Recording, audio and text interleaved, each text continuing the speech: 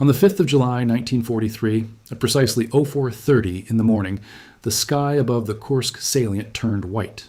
Not from sunrise, the sun would not rise for another hour and a half, but from 3,000 Soviet artillery pieces firing simultaneously along a 120-kilometer front. The Germans had spent 4 months preparing Operation Citadel, their most precisely planned armored offensive since the fall of France.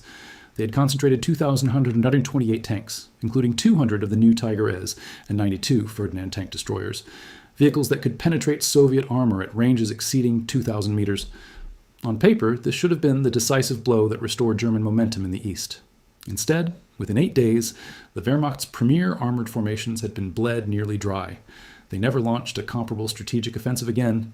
The paradox is not that the Soviets won. The paradox is how, because in virtually every individual tank engagement at Kursk, German crews were tactically superior. Soviet armor suffered losses 3 and sometimes 4 times higher than their German counterparts, yet the Germans still lost. This wasn't luck, it was doctrine. To understand why Blitzkrieg broke on the Eastern Front, you must first understand what Blitzkrieg actually required, not in theory, but in mechanical necessity. German armored doctrine since 1940 depended on 3 conditions being met simultaneously: freedom of maneuver for the leading panzer spearheads, an enemy that would respond predictably to encirclement and collapse, and a tempo of operations that consistently outran the enemy's ability to reorganize. Strip away any one of these 3 conditions, and the entire system unravels. What the Soviets discovered? Not all at once, not without enormous cost, but with brutal empirical rigor between 1941 and 1943, was precisely how to deny all 3 conditions at once. And the instrument they used was not a superior tank. It was an idea they called glubokaya operatia, deep battle. Standard German military thinking in 1941 emphasized the decisive Schwerpunkt, the concentrated point of breakthrough, followed by an armored exploitation that would encircle and destroy entire army groups before they could respond. General Oberst Heinz Guderian's Panzer Group II had demonstrated this with terrifying efficiency in the summer of 1941, covering 440 kilometers in the first fortnight of Operation Barbarossa, and encircling 665,000 Soviet troops at Kiev by September. Wehrmacht intelligence assessed the Red Army as fundamentally brittle, brave individual soldiers led by politically appointed officers who lacked the initiative for flexible defense. Critics within the German High Command argued that the sheer geographical depth of the Soviet Union posed logistical risks, but the tactical superiority of German armored crews, proven in France, proven in Poland, proven in the opening weeks of Barbarossa, seemed overwhelming. A T-34 might be mechanically formidable, they acknowledged, but its 76.2mm gun required the crew to close to within 500 meters to achieve reliable penetration against a Panzer IV. German crews, with better optics, better radio discipline, and superior gunnery training, could engage at 900 meters. On paper, this shouldn't have lost. The secret was not in any individual Soviet weapon. It was in what Soviet military theorists, particularly Mikhail Tukhachevsky before his execution in 1937, and later his intellectual heirs Alexander Vasilevsky and Georgy Zhukov, understood about the geometry of destruction at scale. Deep battle doctrine, as formalized in the Red Army's 1936 field regulations and resurrected by Stalin's General Staff in 1942, operated on a simple but radical principle. The enemy's operational system must be attacked simultaneously at every depth, not sequentially from front to rear.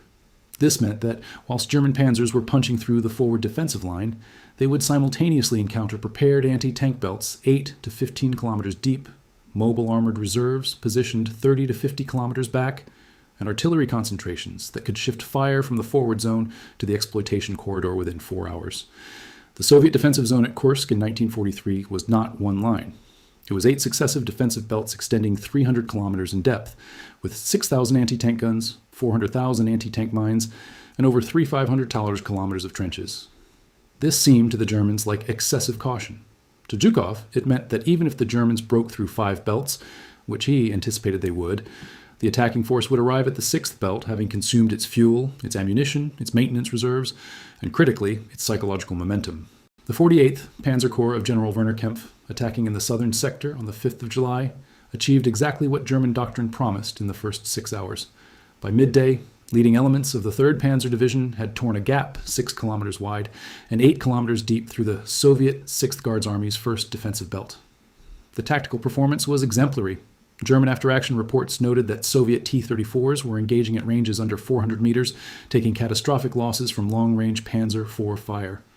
The 3rd Panzer Division destroyed 44 Soviet tanks in this initial engagement against losses of 7 of their own. By any orthodox measure of armored combat, this was a German victory. Yet by the evening of the 6th of July, less than 36 hours later, the 3rd Panzer Division had consumed 60% of its fuel allocation and was engaged not with retreating Soviet armor, but with a fresh, prepared anti-tank line they had not known existed. A captured German tanker from the 6th Panzer Division, interrogated on the 8th of July, stated simply, "We break through and there is another line. We break through again and there is another line. We do not know how deep it goes." He did not know it went 300 kilometers. "We break through and there is another line.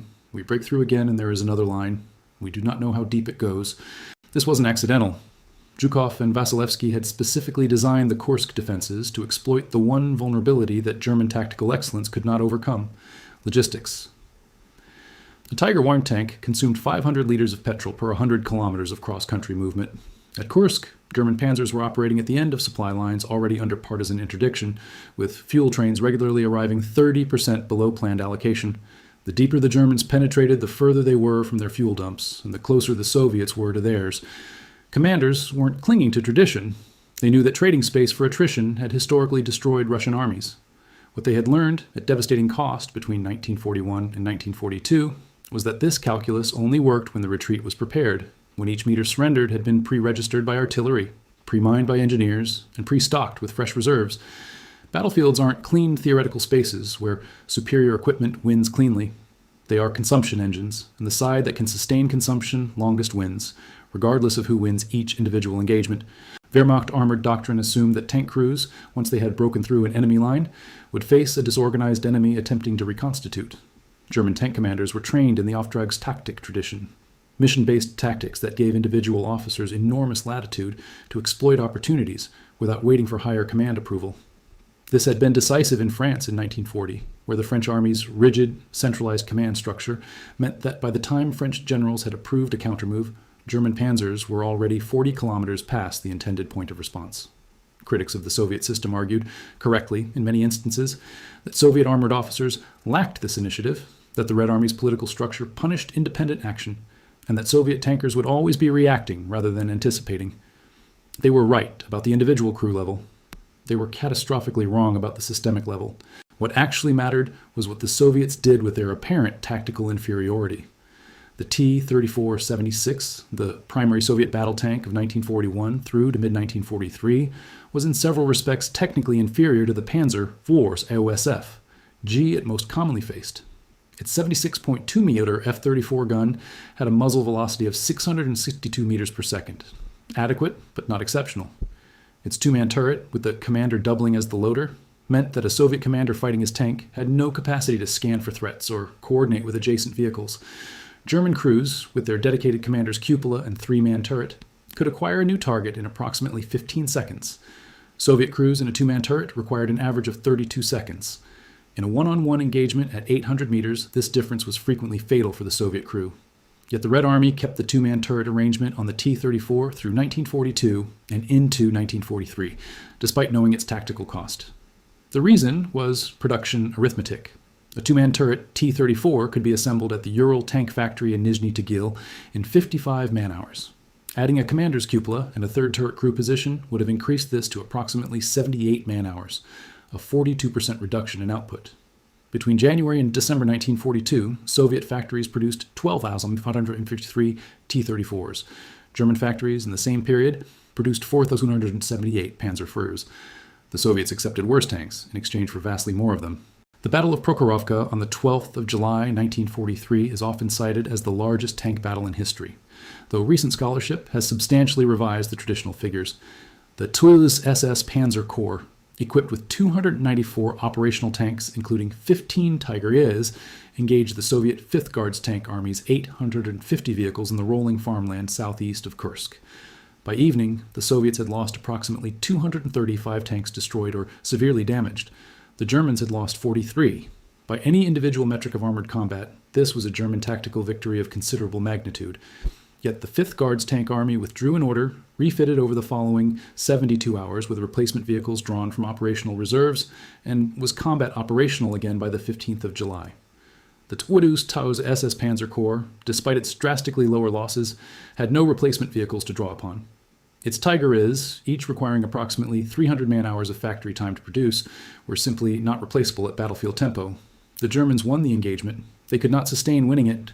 The deeper principle Zhukov had grasped, and which German operational planners consistently underestimated, was that warfare at industrial scale is not decided by the outcome of engagements, but by the rate at which each side can regenerate combat power between engagements. This wasn't a new idea. It had roots in Tukhachevsky's writings from 1926, and before him, in the operational theories of Alexei Brusilov, whose 1916 offensive had deliberately attacked on multiple axes simultaneously to prevent Austro-Hungarian reserves from concentrating. What was new in 1943 was the industrial infrastructure to execute it.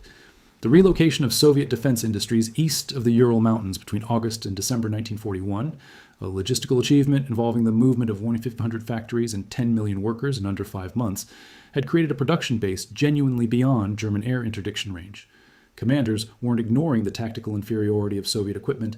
They were deliberately trading tactical excellence for systemic resilience, and they had spent 2 years of catastrophic defeat learning precisely what the exchange rate needed to be.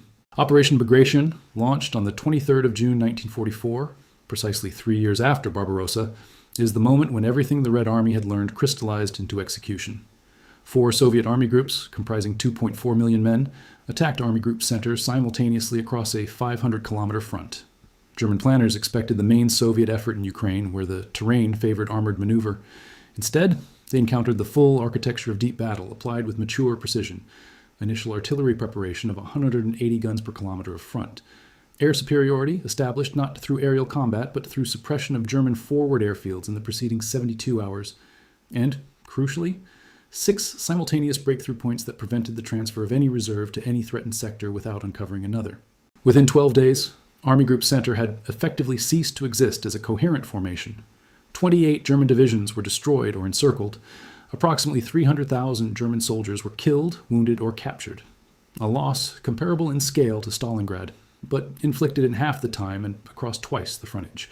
General der Infanterie Kurt von Tippelskirch, commander of the German Fourth Army, wrote in his post-war analysis, "The Soviet method was not to defeat us in battle. It was to ensure that by the time battle was joined at the decisive point, we had already lost the conditions that made battle winnable." This was precisely correct. What made deep battle work wasn't any single feature of Soviet doctrine or equipment. It was the integration of deliberate tactical sacrifice, industrial production scale, and operational geometry into a single system that attacked the German army not where it was strongest, in the individual tank engagement, but where it was structurally most vulnerable, in its absolute dependence on tempo, initiative, and the assumption of an enemy that would behave predictably when pressed. The Soviet method was not to defeat us in battle. It was to ensure that by the time battle was joined at the decisive point, we had already lost the conditions that made battle winnable. The Soviet trick that broke Blitzkrieg was this. They understood that a military system built on speed and shock can be defeated not by matching its speed, but by making speed irrelevant. Every kilometer, the Germans advanced cost fuel, cost ammunition, cost mechanical wear on vehicles with finite maintenance intervals. Every kilometer they advanced also moved them further from their supply dumps and closer to Soviet reserves that had been positioned precisely to receive them. The Germans expected to encounter an enemy attempting to stop them at the point of breakthrough. Instead, they encountered an enemy that had designed the entire defensive system around the assumption that breakthrough would occur, and had prepared what lay behind it accordingly. The lesson the Red Army taught the Wehrmacht between 1941 and 1944 was not that Soviet soldiers were better fighters, or Soviet tanks better machines. It was that a doctrine built on winning battles can still lose a war if the battles it is winning are the ones its enemy chose for it to fight.